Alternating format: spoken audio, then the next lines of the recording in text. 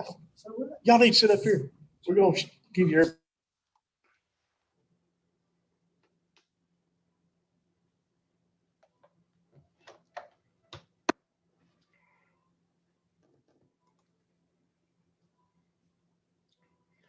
Jay, I'm muted again. I know. All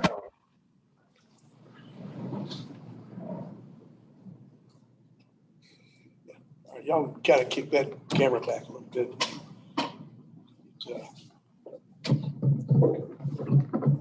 That'll work. There you go. You know, the lack of suspects here today. All righty, it's about 5 minutes after 2 by my watch. Okay, so you got 7 after 2, okay.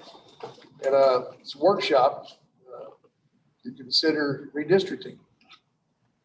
As you know, the new census supposedly is complete. I'm not positive if it is or not. I know there were some difficulties in getting the census completed as far as the accuracy goes. I'm not even going to go to Las Vegas on that one, to be honest with you. The COVID had some restrictions. More than likely, I'm not even sure if they're going to be able to interpolate any numbers. So, but what we did today, this is just a beginning for us to get the concept of redistricting, which happens every 10 years roughly. I think it might be a little more than 10 years this year because of COVID. And we have David Mendez with us with Bickerstaff, and then Ernst Bell's our state representative. And David's been helping with us with the county in legal matters for quite some time. Of course, Bickerstaff has too, but Tom Pollan used to be the chair, and now you are. Right. So any questions we have, usually we call David about, and this was the first one about redistricting. And so what I'm going to do is turn this over to David, let him give us an oversight, maybe a little bit closer than a 30,000 foot view. Maybe we get down to around 10 or 5 and get a rough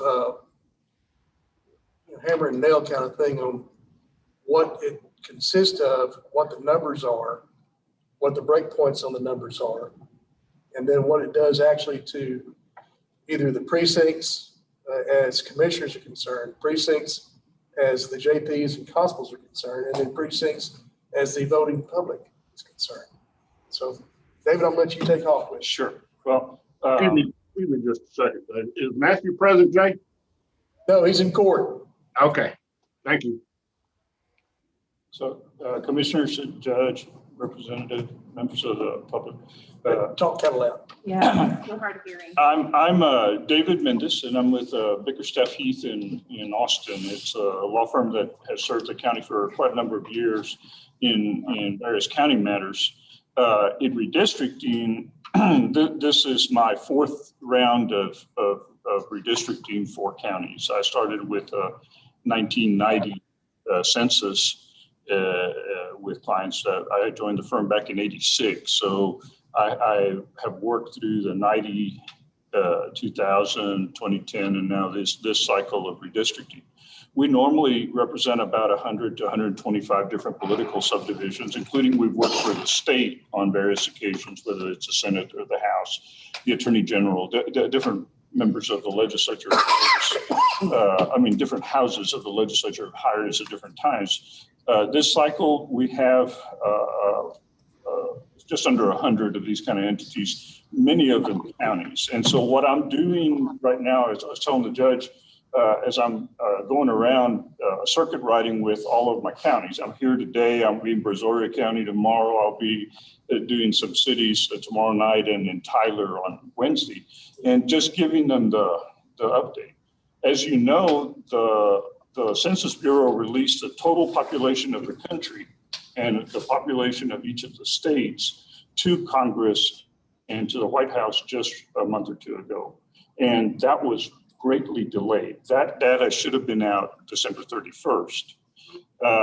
And so the only thing that Texas has as far as data is a total number for the population of Texas, some 29 million folks is their calculation of the total number, but we don't know what the population of Liberty County is under the 2020 census. And the Census Bureau has indicated that it is not likely to release the official data. This is called the PL 94-171 data that you guys typically rely on for redistricting till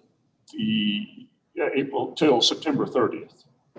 And so there are some issues that come up for you guys because some of the commissioners are up for elections in the primaries in March of 22. The filing deadline for the beginning to file for that office is November 17 or thereabouts. And so from there to December, to the middle of December is your filing period. And so we have a number of county officials that are going to be anxious to know what the precincts look like for these offices. Now, redistricting affects the 4 county commissioner precincts because you're the legislators in much the same way that the representative here it makes policy for the state. You guys make policy, the 4 commissioners make policy for the county. So their precincts, your 4 precincts have to have roughly the same number of people. And so what we will do when the census data is available is take that new number for the county and divide it by 4, and then look at how many people are actually in each of the 4 precincts. Now we know, for example, from development in the northwest corner of the county, that we're going to have quite a number of total population change in that precinct up there. And so that's going to have to, the boundaries of the precincts will have to be modified so that each of you then have roughly the same number of folks. But we can't start till the official data, till the data's out. And then we got to be done very quickly if we're going to honor those dates. So there was legislation filed in the House, and it passed in the House, which had set a timeline for considering sort of scooching the primary off a little bit, depending on when and how the legislature did its redistricting, whenever these folks got around to doing their part.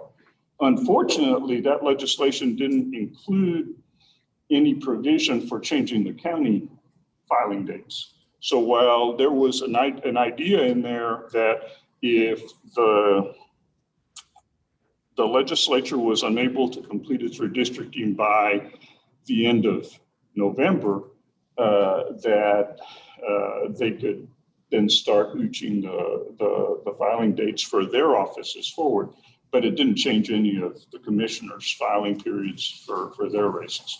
Or, you know, and so the other problem with it is it got stalled out in the Senate. So it never got fully enacted. So we're left then with what's in place right now. And what I wanted to give you guys a heads up on is we likely have 47 days to redistrict. Now, there are a couple of things that might affect that might come into play. One is there is a discussion by the Census Bureau, not official, that they might release some informal, what they call legacy data, earlier than September 30th by a few weeks, maybe sometime toward the end of August. And that might give us another month to do this work. There is a set of challenges going on at a national level and a high level of scrutiny on that data that is likely to make the use of the legacy data problematic. And so without, you know, we can do this in executive session, but I don't see any reason to do it because this is a national discussion that's going on. We're now diving into the weeds, if you don't, and stop me if you want. But when they did the census this round, they had to come up with a new privacy protocol. What happens in a county like Liberty, there are precincts which the smallest unit of census geography is a city block, a block. And that's what we use. And typically in a city block, like here in the city of Liberty, there'll be hundreds of people living on a city block. So if the data says there are 100 men and women living in this city block on San Jacinto Street in Liberty, there are 50 Hispanics and 50 Anglos, or whatever racial component you have, there is no way one could figure out the individuals. You're not going to get into their privacy by going to and looking at the 300 block of San Jacinto Street and saying, well, so-and-so is a Hispanic, or so-and-so is a white person, or so-and-so is black. But there are literally millions of these census blocks out there that only have one person in them, or two people, because they live out on the farm on Farm to Market Road X out there in the county. And so they're their whole farm is one census block. So if one says that there is that the census says there's one person there, and he says they're black or white or Hispanic, you are now delving into confidential information that can easily be determined about an individual. So what the Census Bureau has done is masked. They developed a protocol where they kind of mask the edges and any precincts and any census blocks that have a very low number of people, so that the probability of you figuring out confidential information about them will be avoided. And the other reason is not just about race, although that's what PL data does for redistricting, is give you race. But when it gets to the next level, they're going to show you how much that person earns and what their educational level is. And so what the Census Bureau is trying to do is mask the edges. And so in the past,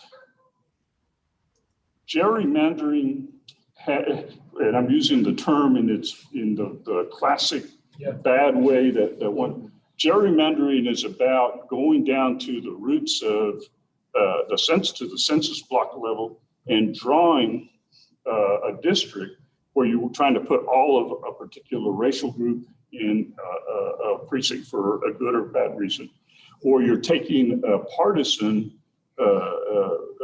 person and a Republican or a Democrat or a Libertarian Party, whatever, and you're putting them, you're gerrymandering them into a district.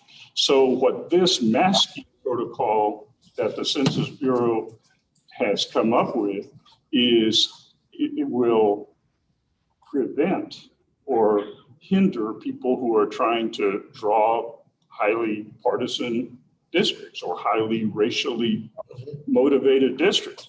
And so what everybody's anticipating, all the lawyers are expecting, is the partisan people are going to sue over it because they can't gerrymander. It prevents them from drawing what they want to draw.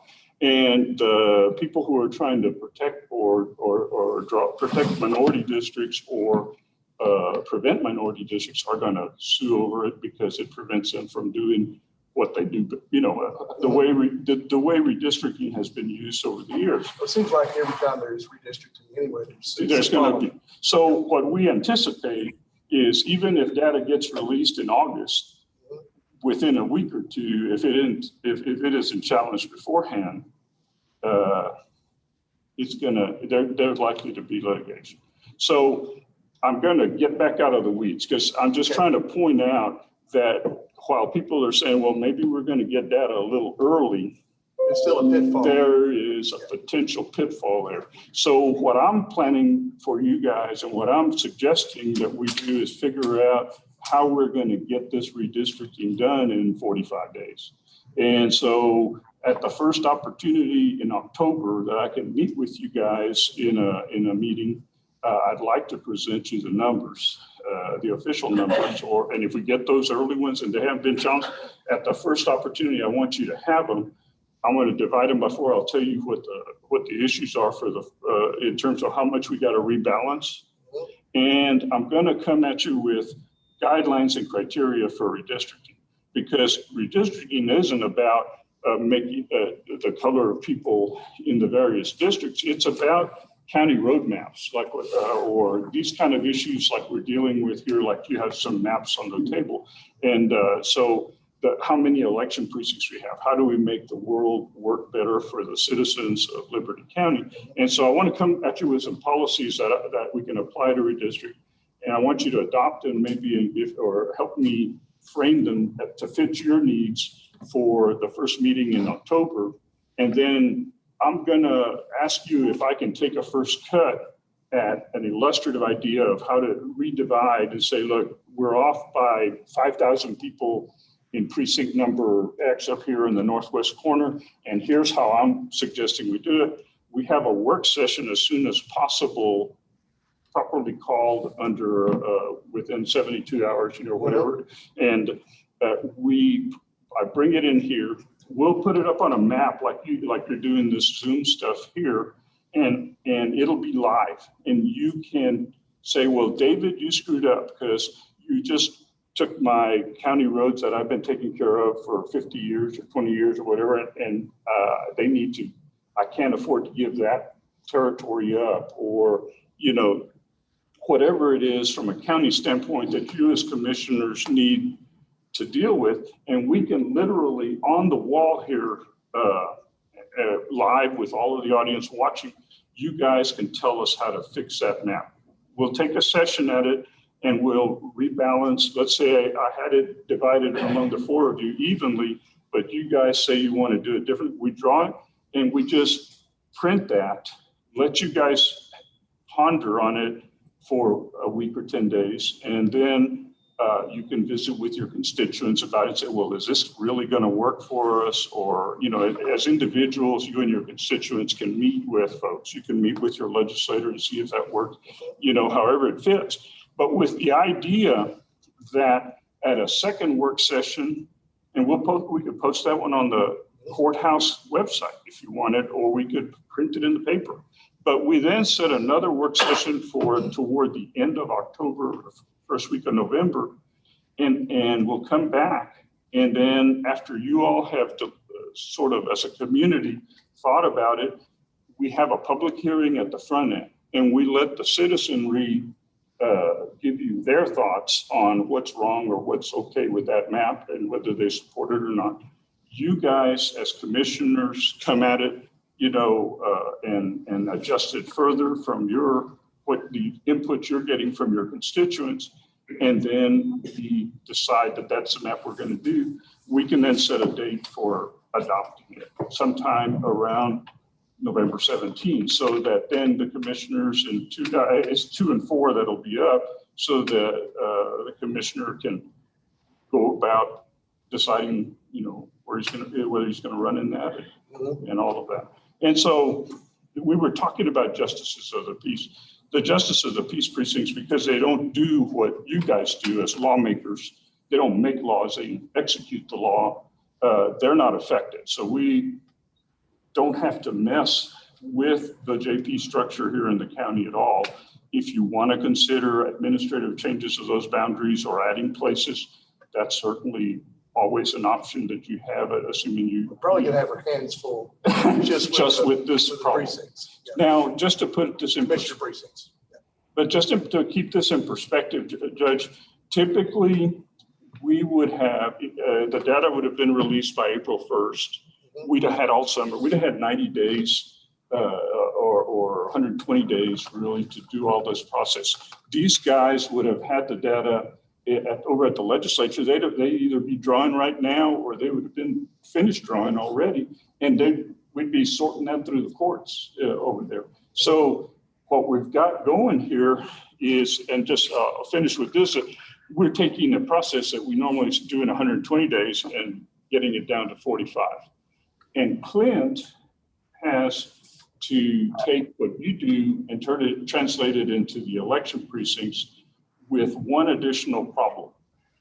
Clint has a bunch of cities and school districts and other entities that also may be modifying their boundaries. So do you have any single member district that I think one of the schools or cities? Okay. So he'll have that. If the legislature decides to split, right now, you have all of, Representative, you have all of Liberty County. So we don't anticipate having multiple state rep districts here in splitting the county. Do you think, or? Liberty County is one that would be possible, but I'm trying to keep that whole. Okay. But that would be our objective, is to keep it whole. But if they do over there, Clint's got to worry about it. I'll help him sort that. I don't know if you split congressional districts and yours. I thought you were all in State one. senator does, you have a little bit of another state senator. Yeah. So those are the kind of things that Clint and I will work on. But so the problem right now is, while I would have loved to come in here and say, well, the population of Liberty County is 100 and such thousand, and here's divided by 4, this is how many people each of the commissioners have to have. We simply don't have that for any county in Texas. So with that in mind, I wanted to see if it sparked any questions from you guys, or any concerns, or if you have a different idea of how you want to handle it. And I'd love to hear from the representative about what the situation is on potentially moving the primaries or any of that. Why don't you elaborate a little bit? Ernest, if you have anything. I think we're going to have to. I mean, we're going to be going back probably at least 2 special sessions. We don't know when. In all actuality, we'll probably be going back later in July, because the governor just vetoed Article 10, which is funding for all staff in the Texas legislature, and that goes to the September 1st fiscal year. So we are assuming he wants to make sure that we reinstate that before that expires September 1st. And then we're told that we'll have to go back in October in order to do our maps. We've really had relatively few conversations, if any, about redistricting, simply because we don't have the numbers. No data. As we look at preliminary numbers, it's Representative Deschantel is quite a bit low. He is right there in Beaumont, and then Speaker of the House Dave Phelan is also low. They have nowhere to go other than west and us. There has been one retirement, which is James White, which would help this district out quite a bit, because that frees up additional counties. We're going to lose probably 2 rural members, one in East Texas and at least one in West Texas. So we were going to have 2 sitting members paired against each other. So with White retiring, that should alleviate members being paired, and it should help out Liberty County quite a bit. Well, that was part of the testifying that I did with one of the committees, was we want to keep what we have.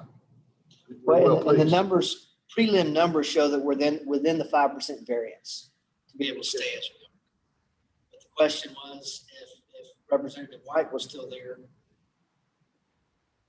it would not be very possible, but with him retiring, it would be a lot higher probability of being able to do so. So our last census in 2010 was, the number they gave us 75,653 for Liberty County. We know it's going to be higher than that, but we don't know for sure how accurate it was. But we think we could be as high as 100,000, maybe 105,000. It just depends, how accurate the census was when they did their walk-in count. I think they did, there's a mail-in. I think there was online. There was some knocking on doors. I don't know if they came back and did a revisit in some areas or not. But when those numbers are true, as true as they can be for us, that's what we have to accept, correct?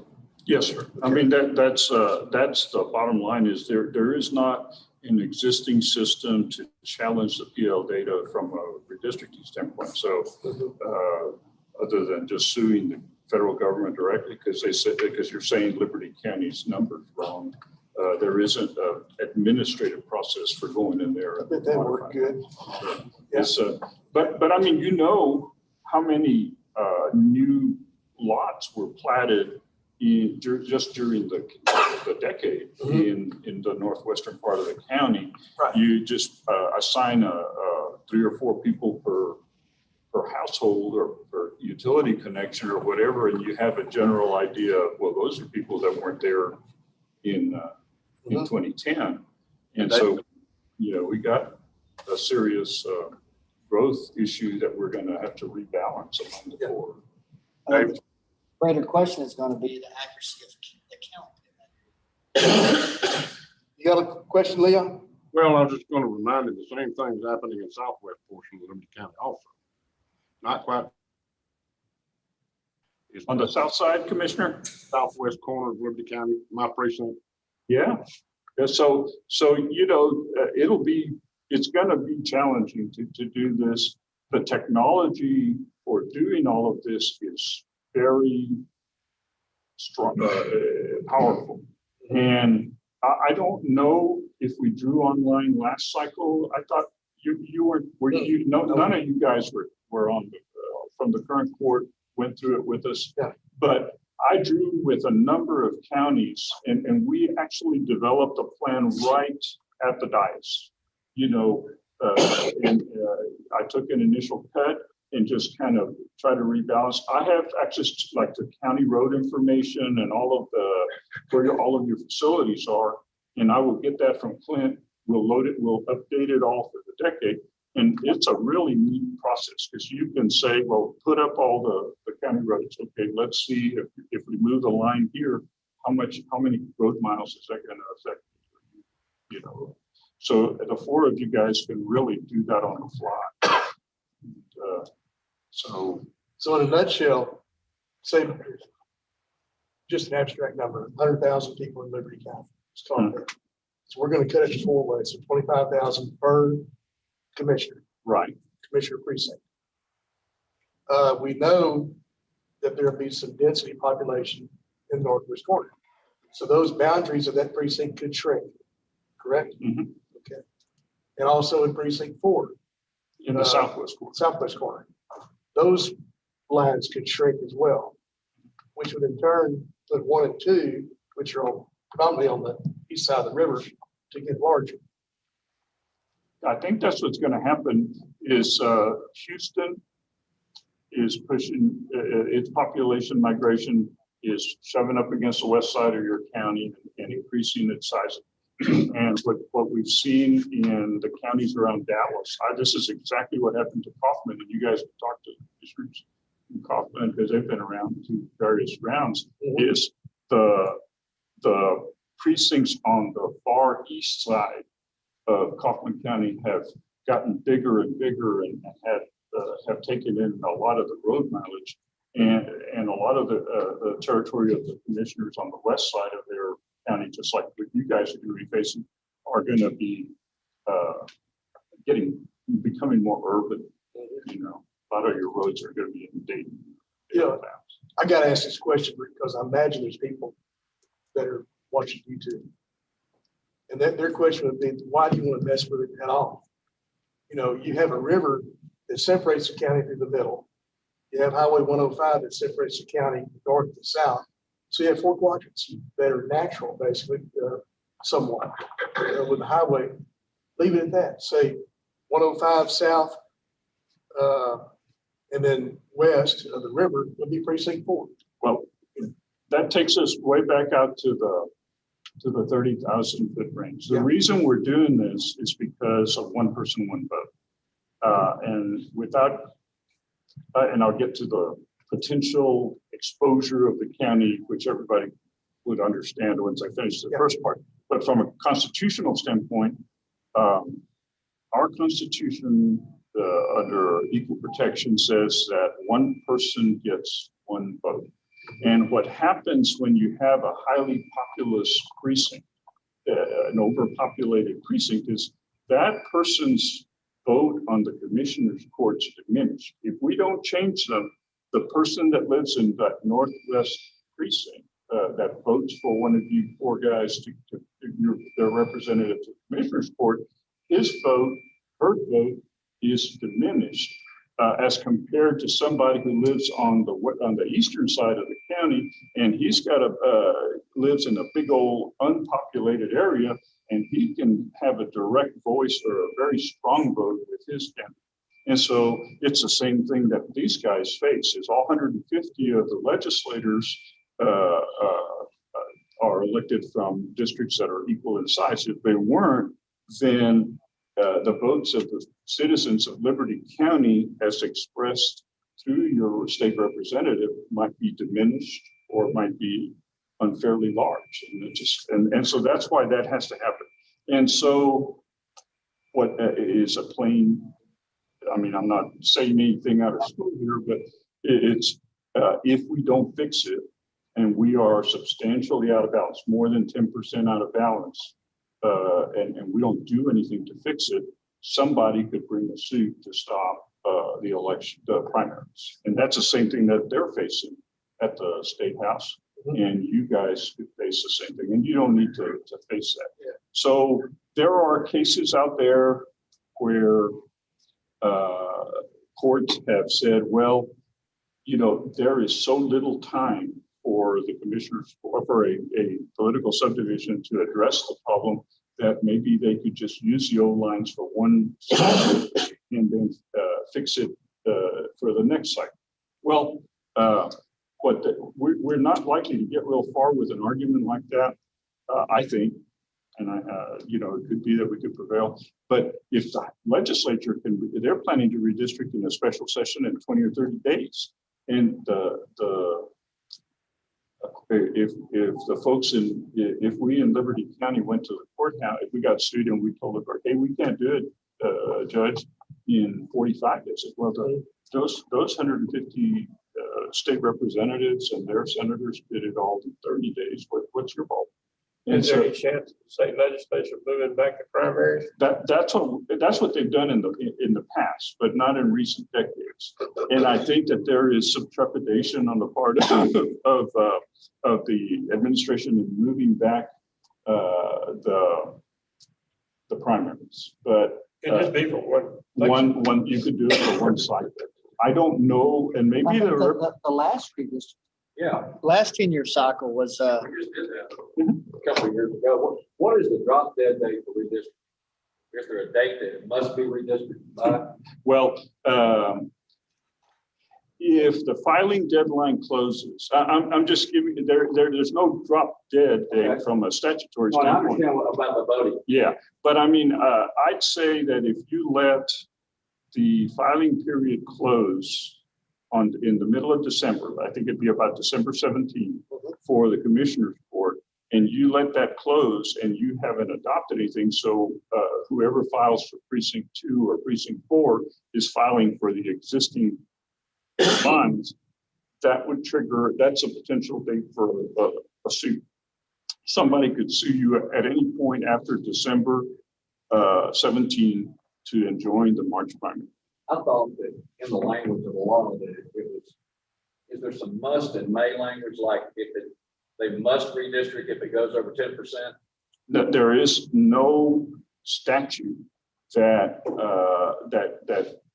spells that out. That is it's a requirement in White versus Register. It's in a Supreme Court case that basically says a legislative body, such as the Texas County Commissioner's Court, must redistrict if it is out of balance by Equal representation. But out of balance about what, 5%? 10%. Yeah. So here's how the math works. We take the 2020 population of the county and divide it by 4. And let's just say it's 100,000. So let's say each of the county commissioner precincts' ideal population size would be 25,000 people. Now, let's say your precinct, precinct 2, has 20,000 people. And so it is 5,000 short. Well, 5,000 is 20% of 25,000. Yeah. So you're 20% out of balance. And let's just say precinct 1 has 30,000 people. So he's 5,000 over. So if he's 20 and you're 20, we're 40% out of balance. That's how the math of it works. So you can see that it doesn't take too many people. One big subdivision added to a commissioner precinct can knock you out of balance, you know. And so that's what we're facing. I think we pretty much expect that we have to retool Yeah, it. if we get, okay, say 25,000 increase for the county. Mhm. Every precinct's gonna have grown some. Probably mine will be the least. Say I had 2,000 Mhm. and out of the 25,000. Right. And we could start there. We know I've got to get up. Right.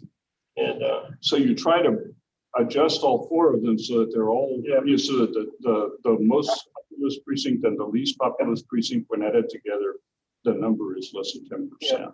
And that's how you do it. And so it's cutting it pretty fine. We're probably going to split some precincts, just election precincts, just to get to the right number. if we get the data in when when we're predicted to get Right. the data in, you think we're gonna fall, if everything goes pretty much right, we're only matter indiscriminately, we can get it done in time. Absolutely. I mean, I think it's a simple math exercise, assuming, because we'll know, let's just say we can do it at the first opportunity in October, whether it's a special meeting or do you meet like every Monday or what? How is it? Well, we had special meetings anytime.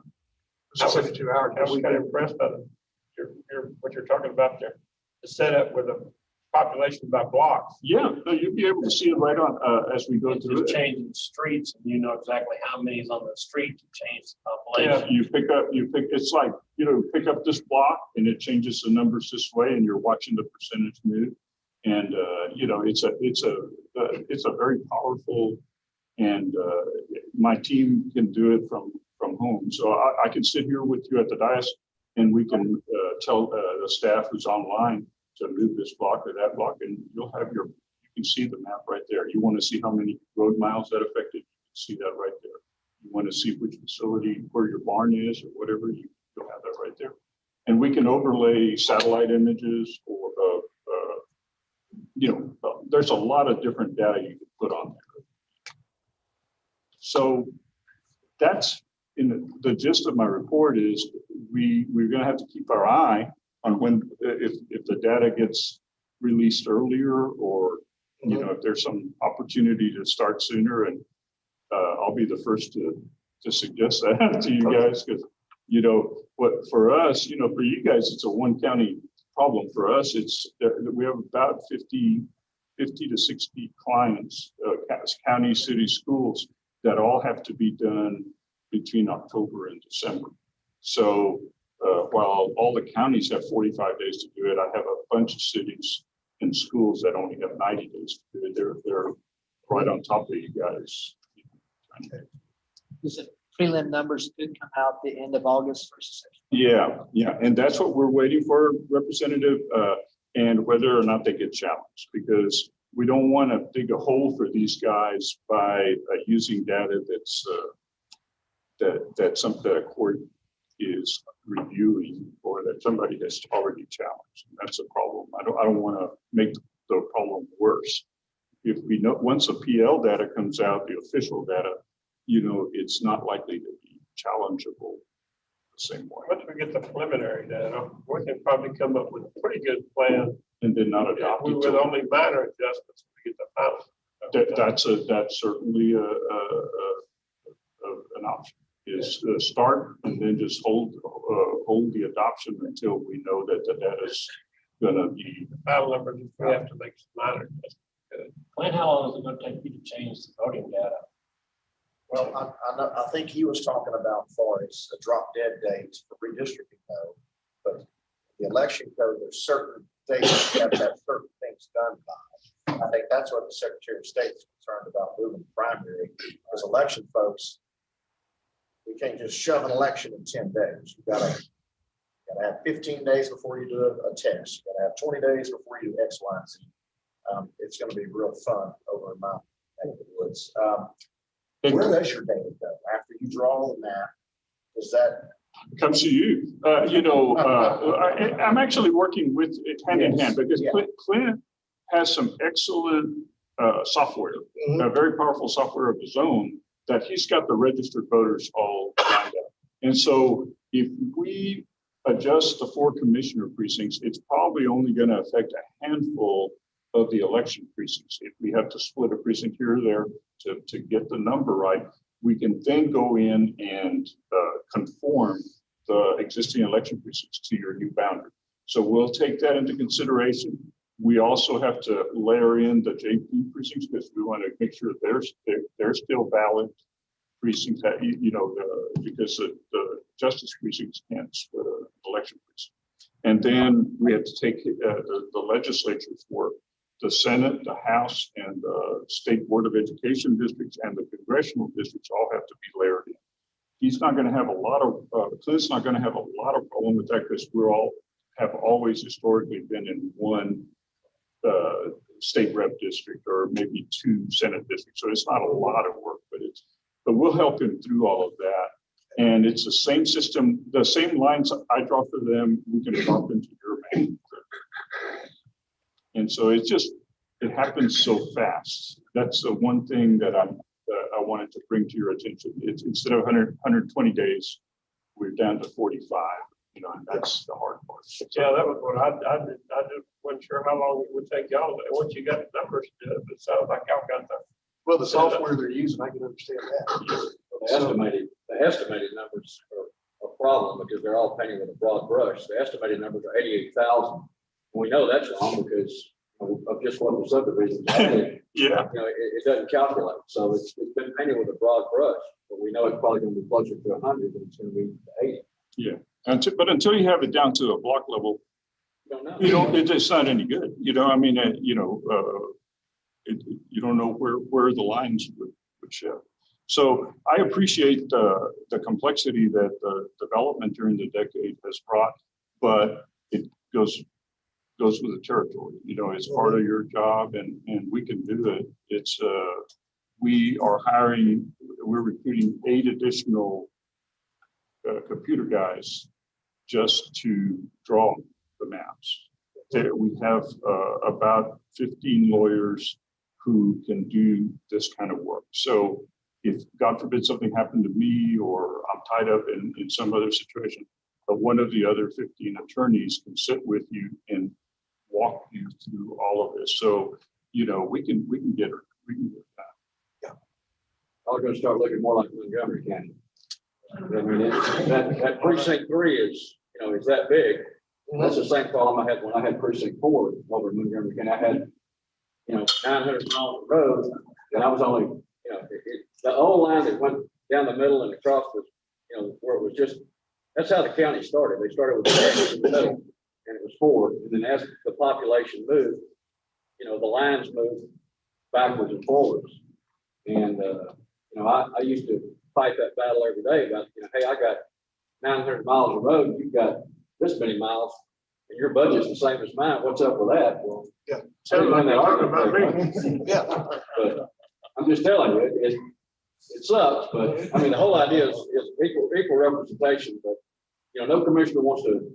We want to give up the road, but we don't want to give up the votes. Yeah. I thought I'd just pick me out 4 or 5 blocks in downtown Liberty and 2 or 3. What I remember from 10 years ago is that as we were getting close to everybody was signing up, but the Supreme Court was still hearing the case and it was dragging on. So they moved the sign-up deadline out like an extra couple of weeks. They moved March primaries into May and the runoffs into August, I think it was, because it was real close to having to just turn around and run for the actual November election. Yeah, the general. But it seemed like the reason that everything got moved last time didn't have anything to do with drawing the lines or everybody doing their thing. It was because the courts weren't hearing the case in a timely enough manner. And so they pushed it out. And then ultimately, I think they actually put a deadline on the Supreme Court. Anyway, but it was a court-based problem that shifted. And it added extra weeks to sign up to the sign up, and then it added a couple of months to the primary is what I remember. We've got some pretty decent guarantees that the legislative districts will be challenged. Oh, yeah, absolutely.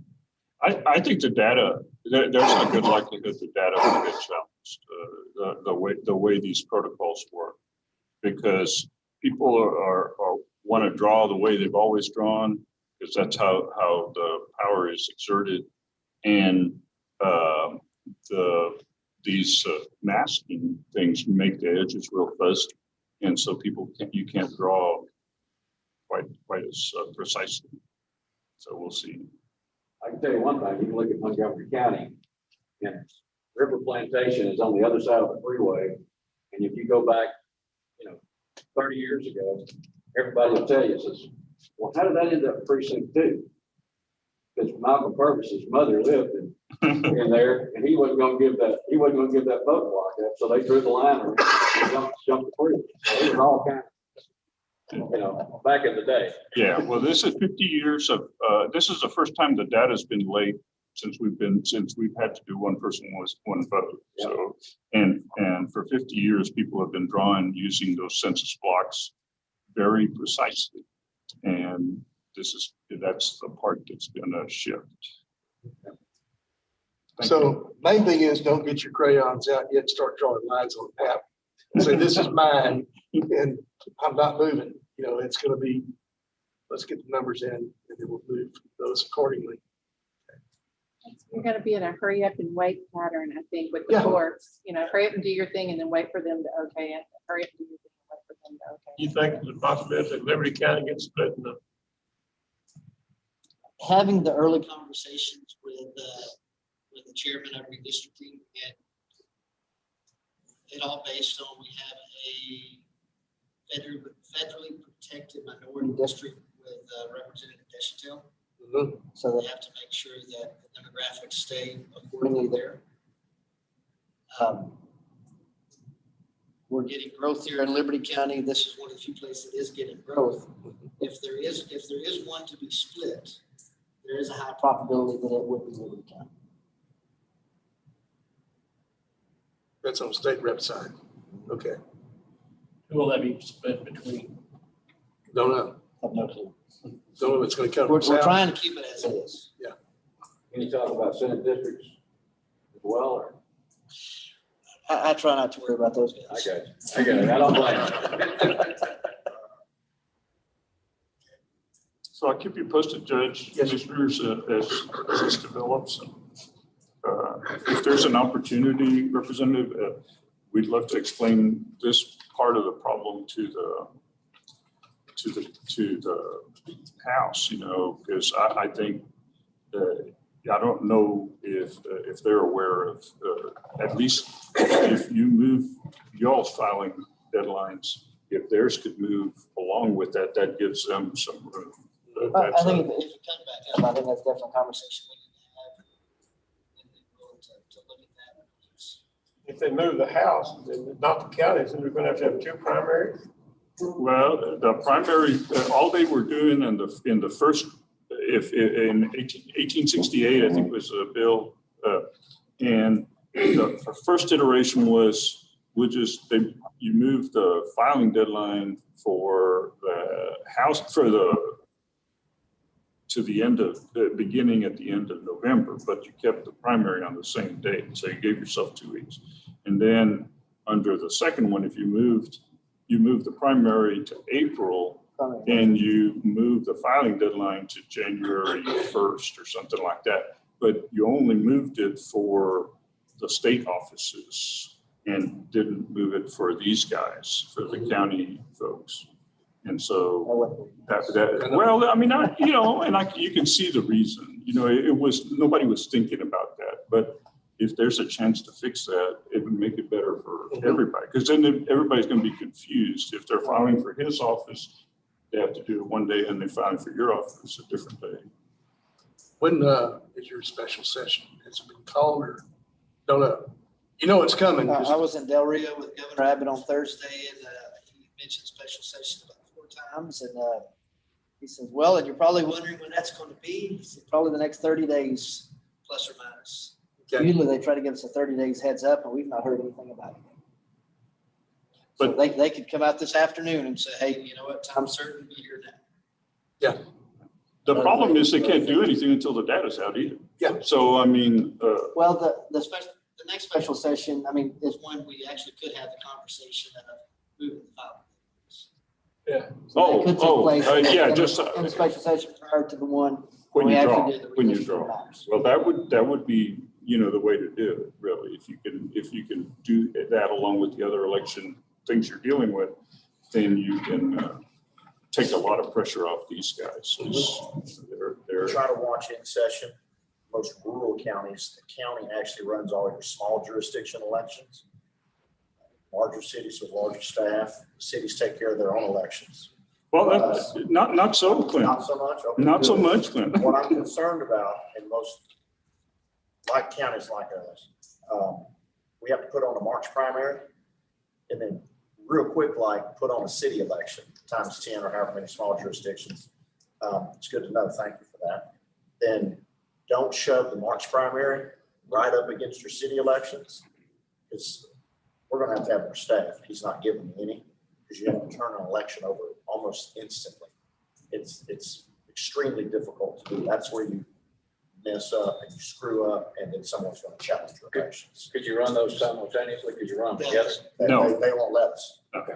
You can't do them together because the machines are sequestered and sealed for each. That's the problem. You have to have separate sets of equipment. And just to Clint, Dallas, Tarrant, Bear, Harris, the four largest counties in the state, not to mention Hidalgo and El Paso, run all the elections, not just for the county, but for every political jurisdiction in the political subdivision in the county. Just we knew. Yeah. So Dallas has hundreds of elections they have to do. All wrong. We don't have the same machines as they do. Right, and once they're programmed, you can't That's- Can't touch change them. So it's not like we could do one and do the other and then do one We don't have and any the other. reserves. The machine is set Lock up, it down. you don't touch it till the election. Exactly. And Good that, information. Yeah, I mean, we just don't have, we bought enough machines and had a few extras to handle our growth. That's it. so yeah, I draw Yeah, from just most of as those. we start going, You and I will be in conversation about that. Yeah, but that's the, because I I was, was not aware that you couldn't do both those at the same time. it's, You can change the law. Well, here's the thing, they're already wigging out over people pulling out flash drives and putting in, Right. Oh, if they start seeing us pulling out flash drives in the middle of an election, they will wig. Because let's see, the November election, what was it, November primary? There was a court that kept changing the entire election every Friday, and they did it for 3 weeks in a row. Well, we were changing stuff so much, I left off the DA off the ballot. Now, she was running unopposed, I heard. and it was fine, but that's when you mess things up, is when you keep changing the rule book. and if you'll note, Representative, for a decade or two, we've had a blackout, the legislature put a blackout period for 30 days before the primary, 30 days after the primary, that there not be any elections around there. That's pivotal. And that's to keep the integrity of these voting machines so that if somebody wants to challenge an election or a contest or whatever, that Clint has the machine sequestered and they aren't being used for any other purpose. As somebody says, well, they're, That's whatever's in there hadn't been touched. Because it eventually will make them unavailable to the cities and everybody, they will have to do their elections and yada, yada, Now, yada. the law is now, I don't have to do the city elections. That's our choice during a primary year. But the law also says that they have to rent our machines. Well. And nobody I don't have has, to rent. no city or school district owns any machines anymore because for the last 2 decades, the counties have fulfilled this service. So there is no practical way for other people to have elections. Okay. Leon, you or David have any questions? No, pretty clear. David? I don't know if he's talking I or. think he's talking, but he's muted, possibly. I see the mute. Lee, I don't know if it's on your end. I don't think I've got I anybody think it's his. like that. He shook his head no. So, Okay. all right. Well, if we don't have any questions, then we have a very good explanation of what we're facing.